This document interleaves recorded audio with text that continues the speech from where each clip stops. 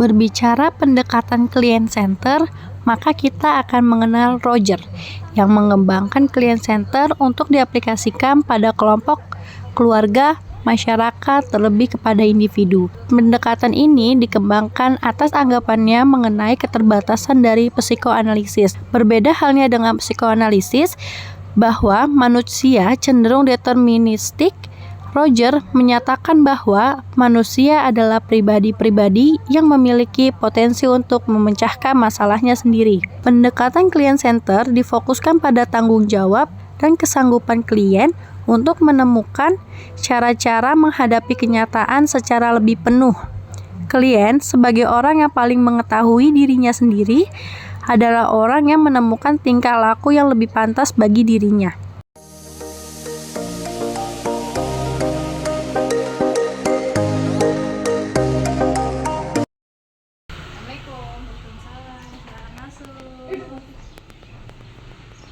Duduk, Kak.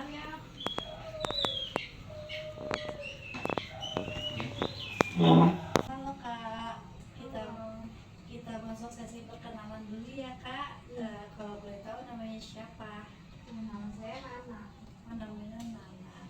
Saat ini kesibukannya apa, Kak? Apakah sedang melanjutkan studi atau bekerja? Lagi kuliah aja sih. Kuliah. Kuliah jurusan apa? Jurusan akuntansi. Oh, gitu. Baik, Kak. Saya juga izin memperkenalkan diri ya. Perkenalkan, nama saya Sabina Rifa Amelia Putri. Saya saat ini sebagai konselor yang akan membantu Kak Nana dalam mengentaskan permasalahan yang sedang Kak Nana rasain saat ini. Apakah cukup jelas, Kak? Cukup. Bagaimana kabarnya Kak hari ini? Alhamdulillah baik, cuma pikiran saya yang nggak baik. Apa tuh yang bikin Kakak merasa pikiran Kakak saat ini tidak baik? Saya juga nggak tahu Bu, ini kenapa ya? Nggak tahu kenapa.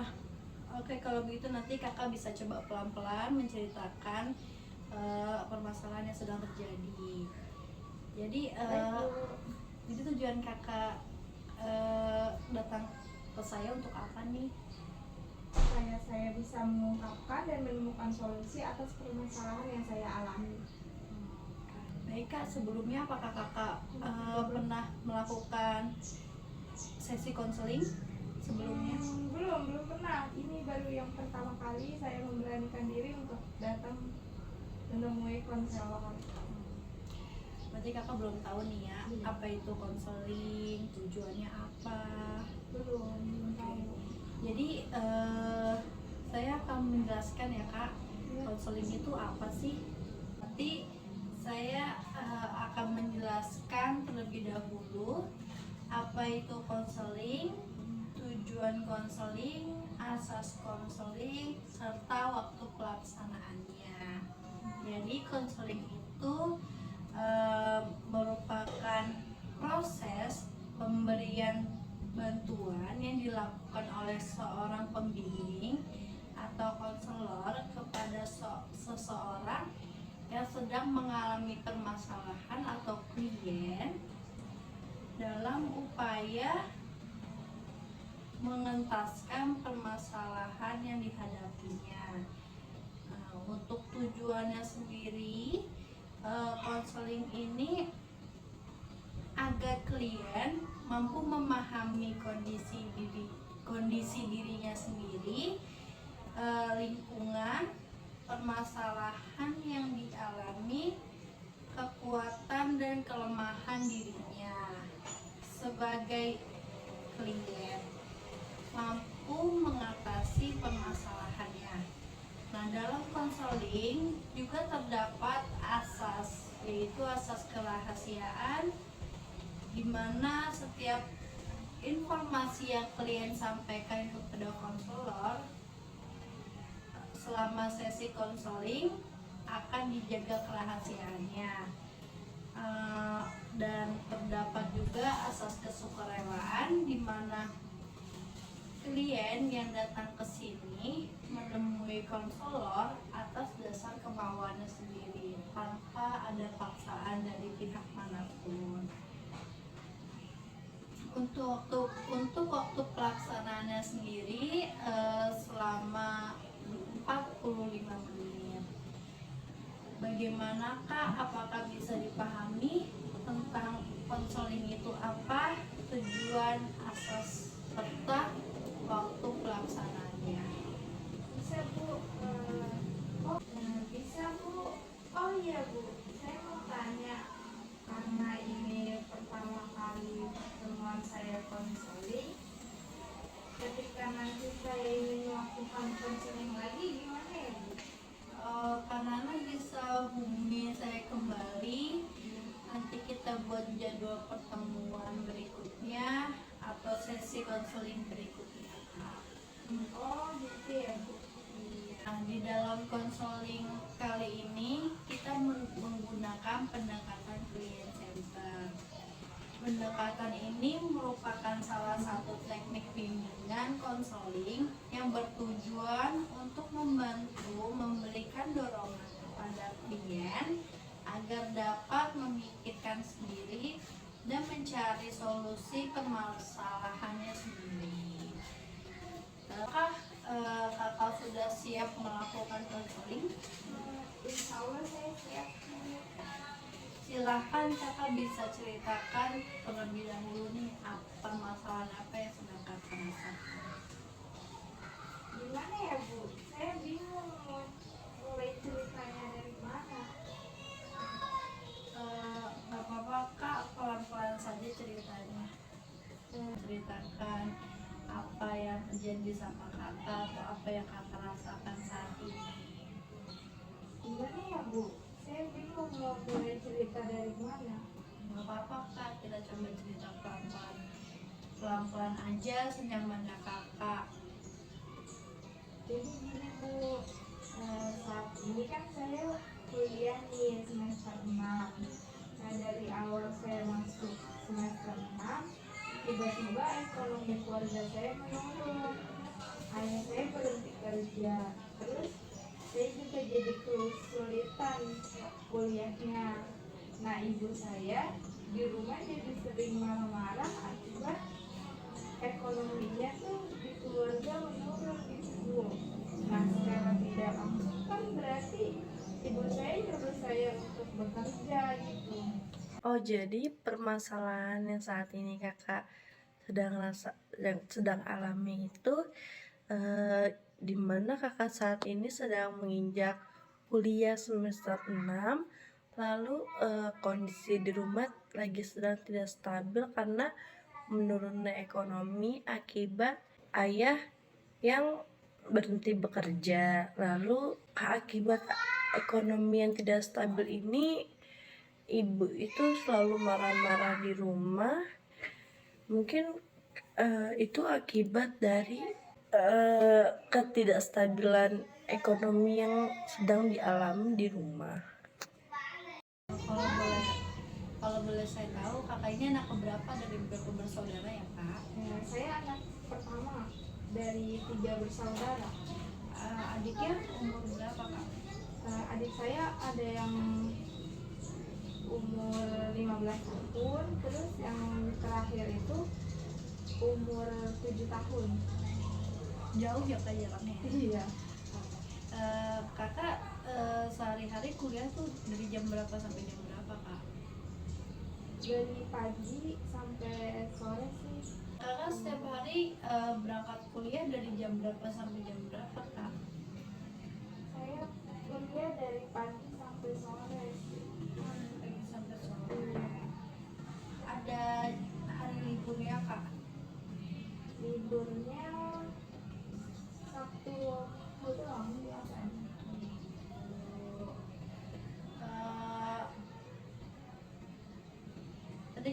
Tadi kakak mengatakan ibu kakak kalau di rumah suka marah-marah. Iya. Nah biasanya tuh marah-marahnya kayak gimana kak? Saya saat saya tiduran nih, terus istirahat. Nah, habis melakukan pekerjaan rumah, terus ibu saya tuh tiba-tiba kayak marah-marah. Katanya jangan tiduran mulu, cari duit apa kek gitu. Oh, itu. Oh, jadi ketika Kanana sudah melakukan pekerjaan rumah, lalu Kanana istirahat, dan ibu melihat Kanana itu hanya tidur-tiduran aja. Oleh sebab itu, ibu Kanana marah dan menyuruh Kanana untuk melakukan aktivitas lain. Setiap hari Pak,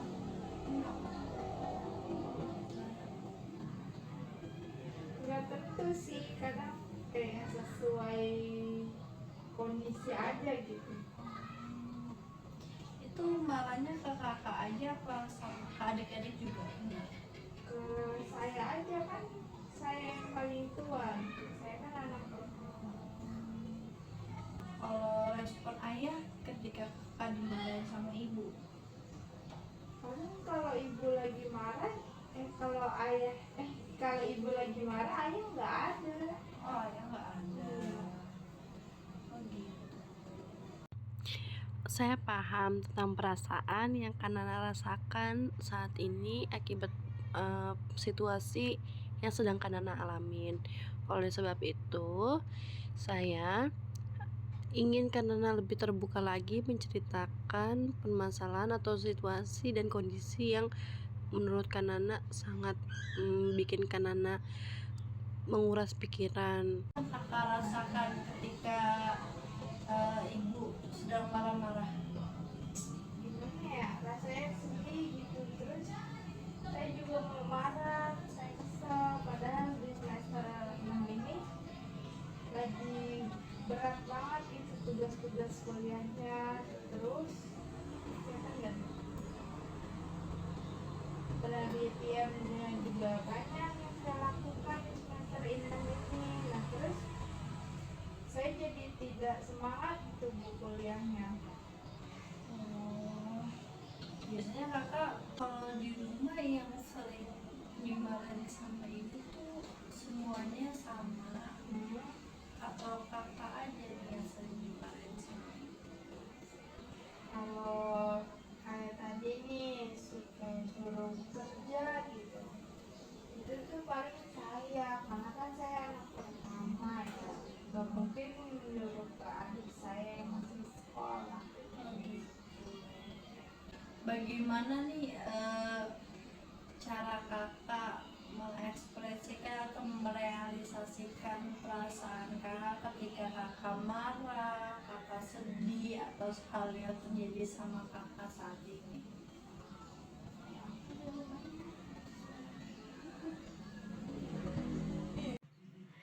Saya sangat mengerti bahwa kesulitan ini pasti sangat berat bagi kamu.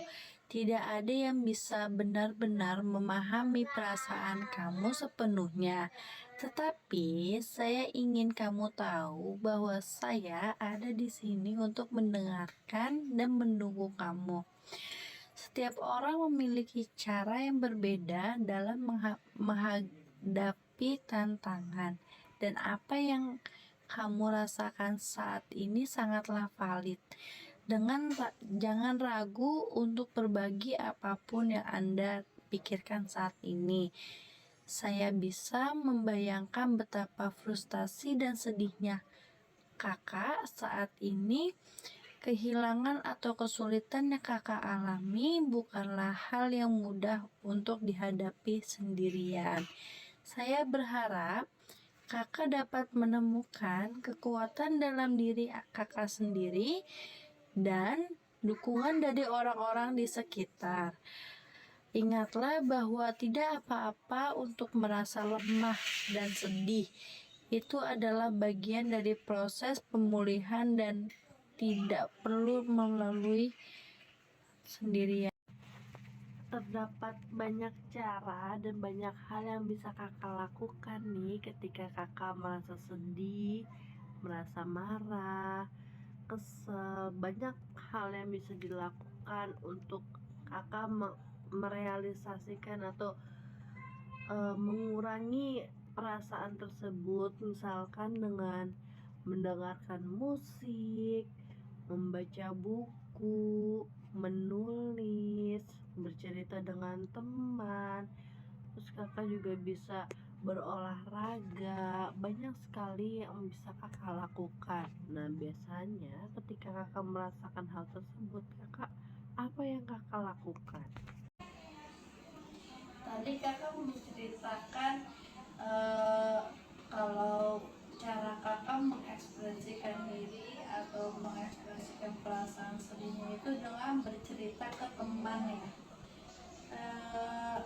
Selain bercerita ke teman nih, biasanya kakak melakukan hal apa untuk mengekspresikan perasaan kakak tersebut?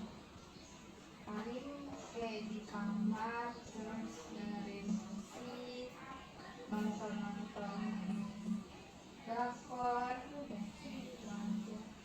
Nonton ya, sama nyetel musik. Iya.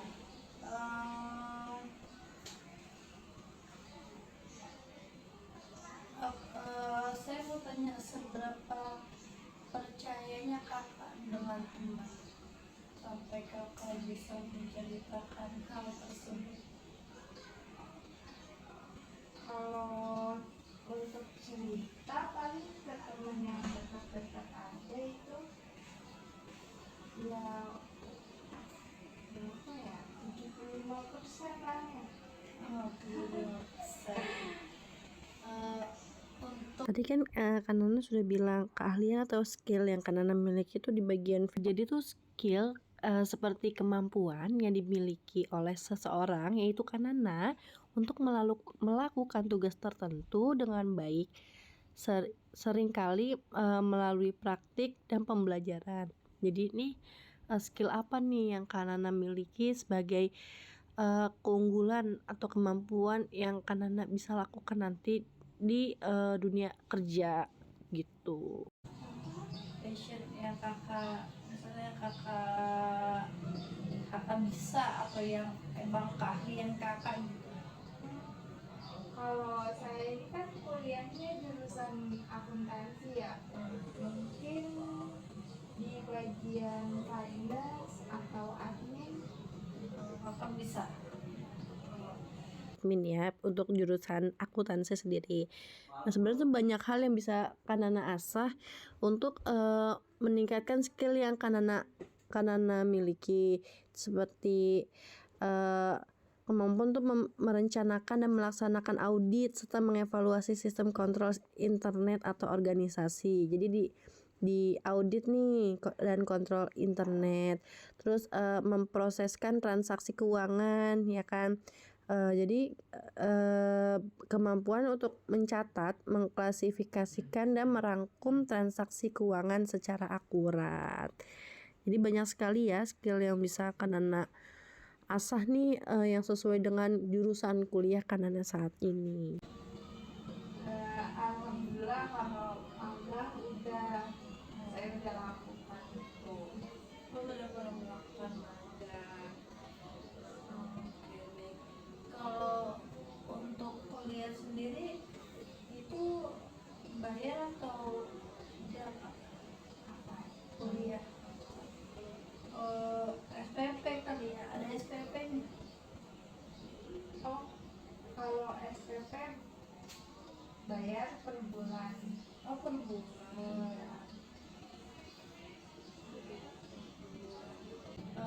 Berarti kan kakak udah semester 6 nih saat ini ya, berarti kakak sudah magang ya? Alhamdulillah. Oh, ini hubungan kakak dengan orang tua sama ibu deh, kakak sering ngobrol nggak sama ibu? Nah, itu kalau sama ibu kurang dekat ya. Terus jarang juga ngobrol sama ibu. Nah, mungkin karena itu jadinya ibu nggak ada tempat buat cerita. Makanya marah-marah gitu ya. Oh, kalau ayah berarti lumayan lebih dekat ya? Iya, lebih dekat ke ayah. Terus respon ayah sendiri ketika kamu sama ibu sedang tidak baik-baik aja nih atau sedang berantem, respon ayah gimana? Biasanya respon ayah ketika melihat atau mendengar kamu dan ibu bertengkar atau ibu memarahi kamu tuh respon ayah bagaimana? Kadang ibu marahnya itu pas lagi ayah nggak ada di rumah, jadi kebetulan ayah nggak tahu kalau ibu sering marah. Tapi kamu bercerita ayah.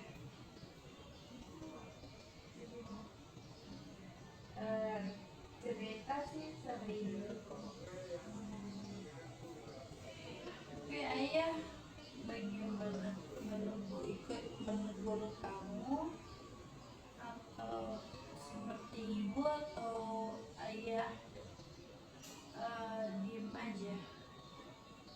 Kalau ayah sih enggak, mungkin dia bakal nyari solusi lagi gitu ya, mungkin dia yang akan berusaha buat bekerja atau mencari pekerjaan lagi, jadi ayah yang Coba mungkin kamu bisa coba ini ya, menjalin hubungan dengan ibu lebih baik lagi. Misalnya ibu lagi masak, coba aja ibu masak apa gitu, coba diajak ngobrol apa yang ibu rasain. Terus kalau misalkan kamu nih punya uang jajan lebih nih, iseng-iseng coba ulihin sesuatu buat ibu, siapa tahu dari situ ibu kayak, oh anak aku ternyata sayang sama aku, mungkin karena tugas kamu banyak jadi kamu kurang memberikan perhatian ke ibu gitu. Banyak kan hal-hal yang sebenarnya bisa dilakukan, mungkin itu bisa bikin ibu kamu supaya tidak merasa sendirian atau jadi berkurang lah marah-marahnya sama kamu. Ya kan? Untuk langkah selanjutnya nih kak, atau progres atau rencana apa yang akan kakak lakukan setelah ini? ya, yang pertama itu saya akan mengenali dulu diri saya sendiri nih, kemampuannya di mana, bakat saya ada di mana.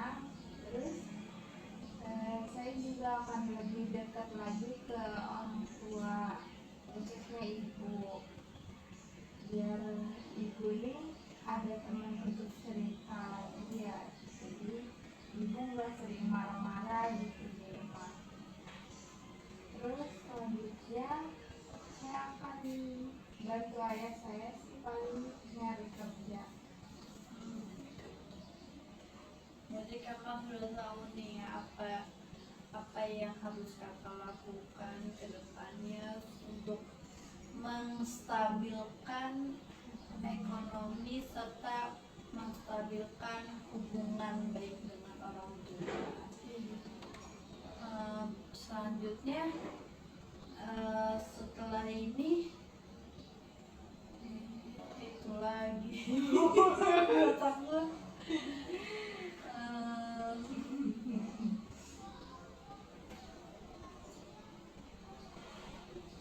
Selanjutnya komitmen apa yang komitmen kakak nih setelah ini, apa yang akan kakak lakukan?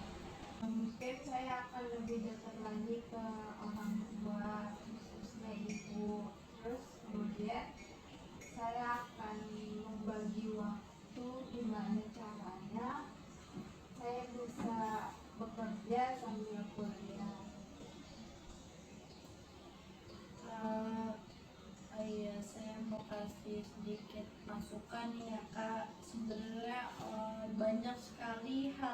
bisa kakak lakukan nih untuk mengekspresikan perasaan sedih kakak selain kakak bercerita dan mendengarkan musik atau nonton drakor ya? Itu sebenarnya sudah cukup baik dalam mengekspresikan perasaan. Karena kakak bisa melakukan hal-hal positif seperti olahraga, ya kan, kakak banyak lari pagi, ya kan, jalan, terus kakak lihat udara pagi yang masih sejuk, itu bisa bikin pikiran jadi tenang sih kak. Nah, apa nih perasaan kakak setelah melakukan sesi konseling?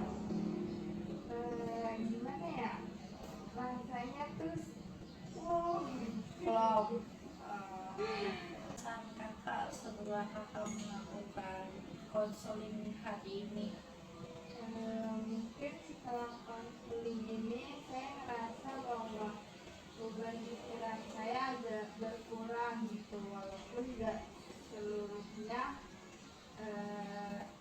hilang, tapi saya juga ada saran. Nah, kalau sama teman kan cuman saya sekedar cerita aja, nggak ngasih saran atau apa. Selanjutnya apakah masih ada hal yang ingin kakak ceritakan atau yang masih mengganggu pikiran kakak nih, yang saya harus diskusi atau saya harus cari solusinya oleh konselor? Kalau untuk saat ini sih sudah cukup. Mungkin jika nanti kedepannya ada masalah lagi, saya bisa datang ke ibu ya. Tidak bisa. Baik, kalau gitu sesi konseling pada hari ini boleh kita cukupkan sampai di sini. Iya. Oke. Jika kedepannya kakak merasa kesulitan